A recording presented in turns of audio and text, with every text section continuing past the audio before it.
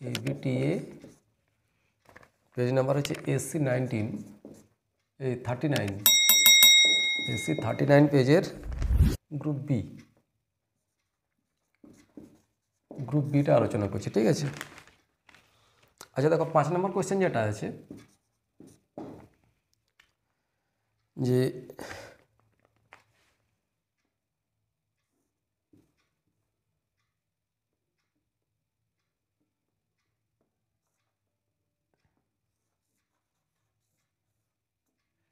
Capital ই তড়িৎচালক বল এবং small আর আভ্যন্তর রোধের একটি বর্তনীর সাথে কী করা আছে, বহিবর্তনী ক্যাপিটাল আর রোধ যুক্ত করা হয়েছে, তাই তো। কোয়েশ্চেন যেটা চাইছে কি শর্তে বহিবর্তনীর ক্ষমতা যেটা ব্যয়িত ক্ষমতা যেটা সেটা সর্বোচ্চ হবে, ঠিক আছে। তাহলে দেখো পরিবাহিত যে প্রবাহ মাত্রা সেটা যদি আমরা আই বলি তাহলে আই সমান আমরা কত লিখবো না E by R plus small r প্রবাহ মাত্রা। আচ্ছা ব্যয়িত ক্ষমতা পি সমান I square into capital R, অর্থাৎ পি সমান হচ্ছে কত E square by R plus R whole square into capital R হয়েছে। আচ্ছা এরপর দেখো যে পিটা ম্যাক্সিমাম কখন না, যখন এই অংশটা হচ্ছে মিনিমাম।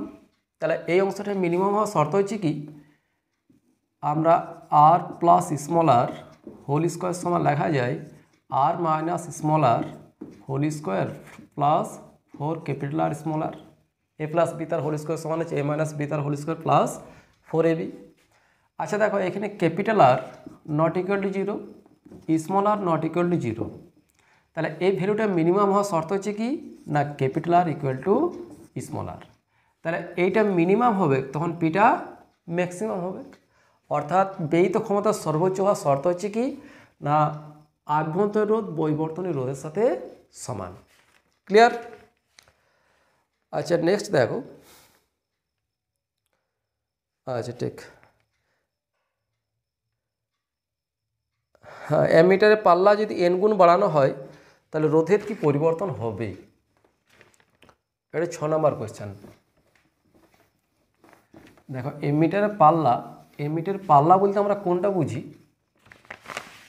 এখানে শান্ট এস সমান আমরা কত জানি না IG into G by I minus IG, হয়েছে, এটা শান্ট এস।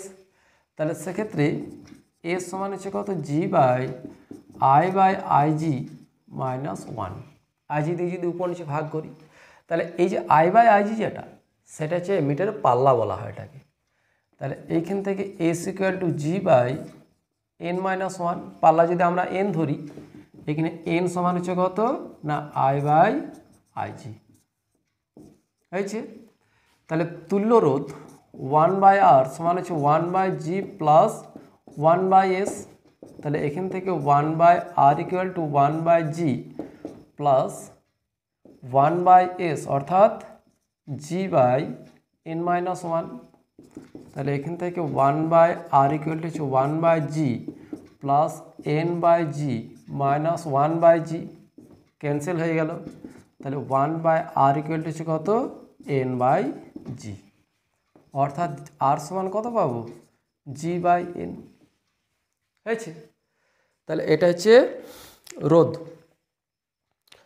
আচ্ছা নেক্সট যেটা দেওয়া আছে 6-এর একটা অর দেওয়া আছে, দেখো 6-এর অর হচ্ছে কি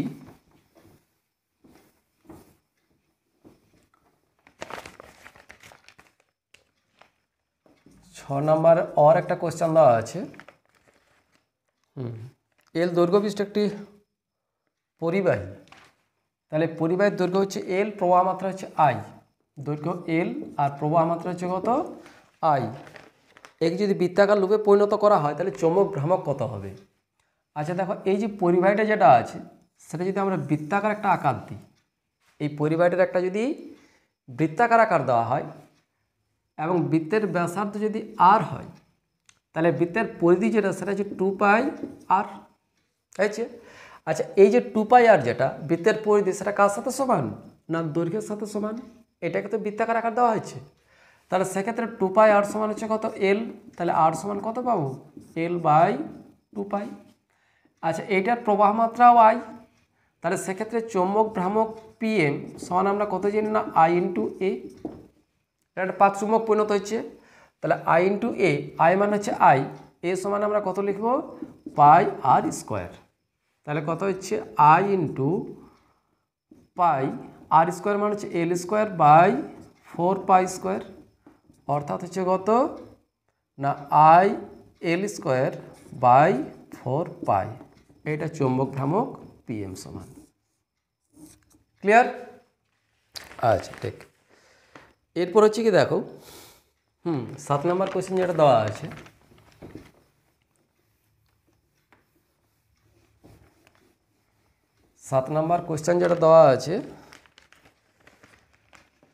question number 7, B scale two দেওয়া আছে, একটা সমীকরণ দেওয়া আছে, চৌম্বক ক্ষেত্র বি সমান হচ্ছে 10⁸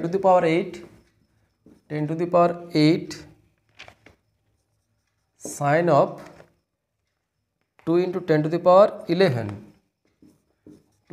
10⁻11 টি মাইনাস অফ 10⁻3x হয়েছে, এত টেসলা হয়েছে।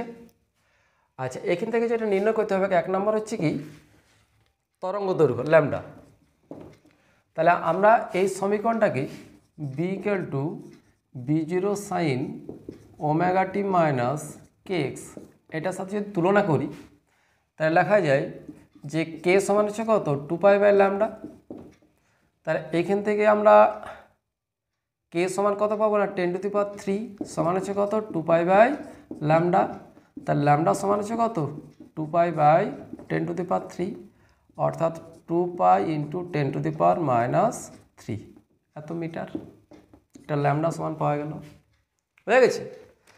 আচ্ছা 2 নম্বর যেটা কোয়েশ্চেন চাইছে যে ই এর সমীকরণ, তড়িৎ ক্ষেত্রের আকার সমীকরণটা, তাহলে তড়িৎ ক্ষেত্র ই সমান আমরা কত জানি E0 sign omega T minus KX, এটা তো। আচ্ছা এরপর এখান থেকে আমরা জানি যে চৌম্বক বেগ সি সমান E0/B0, তাহলে E0 সমান কত লিখব B0 × সি, তাহলে এখান থেকে B0 মানে হচ্ছে কত 10⁸ আর সি মানে হচ্ছে 3 × 10⁸ হয়েছে। তাহলে এখান থেকে আমরা যেটা পাবো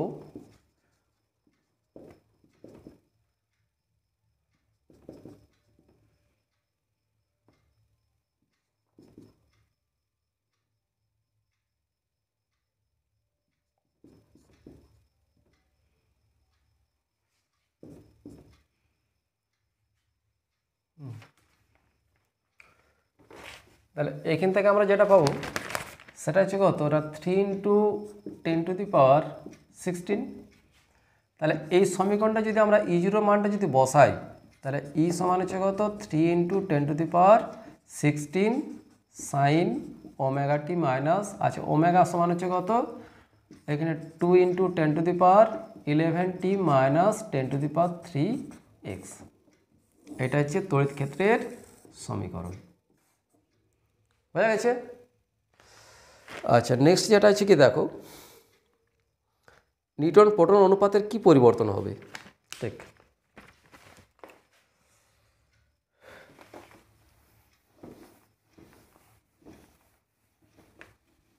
দেখো এখান থেকে যেটা হচ্ছে যে যদি একটি বিটা কণা নিঃসৃত হয় এবং যদি পজিট্রন একটা নিঃসৃত হয়, তাহলে দেখো যদি বিটা কণা নিঃসৃত হয়, যদি নিঃসৃত হয়, তাহলে আমরা যদি একটা নিয়নের ক্ষেত্রে হিসাব করি, একটা এক্সাম্পল দিয়ে বুঝাই, এনি এটা হচ্ছে 23 আর 10 হয়েছে, তাহলে এটা আমরা যেটা পাবো সেটা হচ্ছে সোডিয়াম 11, এটা হচ্ছে 23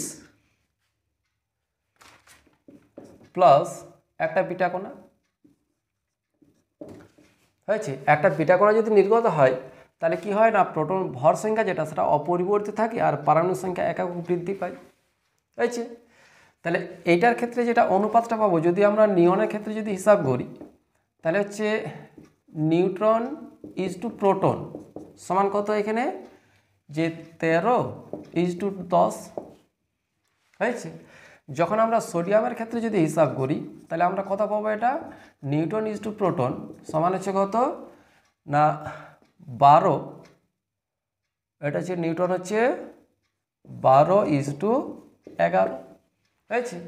তাহলে এইখানে কী হচ্ছে বলো তো, যে রেশিওটা যেটা সেটা কিন্তু ডিক্রিজ করছে, অর্থাৎ হ্রাস পাবে। ক্লিয়ার? আচ্ছা, এরপর যদি আমাদের পজিট্রন যদি নির্গত হয় তাহলে এখানে আমরা কি জানি যে ম্যাগনেসিয়াম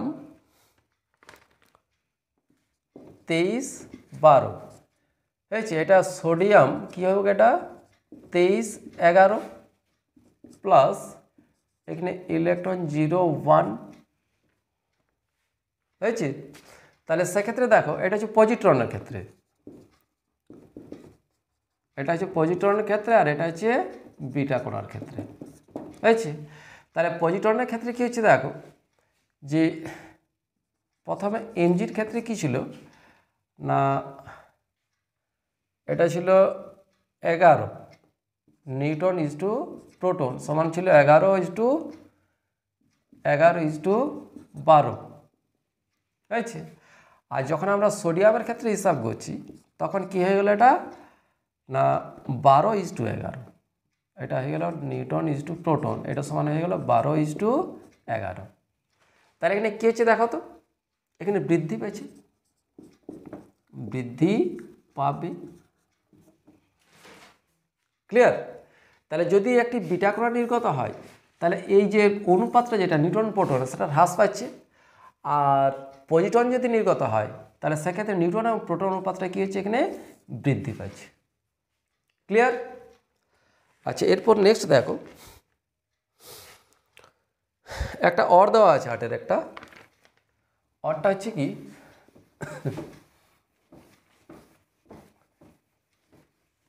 যে হাইড্রোজেন পরমাণুতে একটি ইলেকট্রন আছে হয়েছে, অথচ অনেকগুলি বর্ণালী রেখা কীভাবে পাওয়া যায়।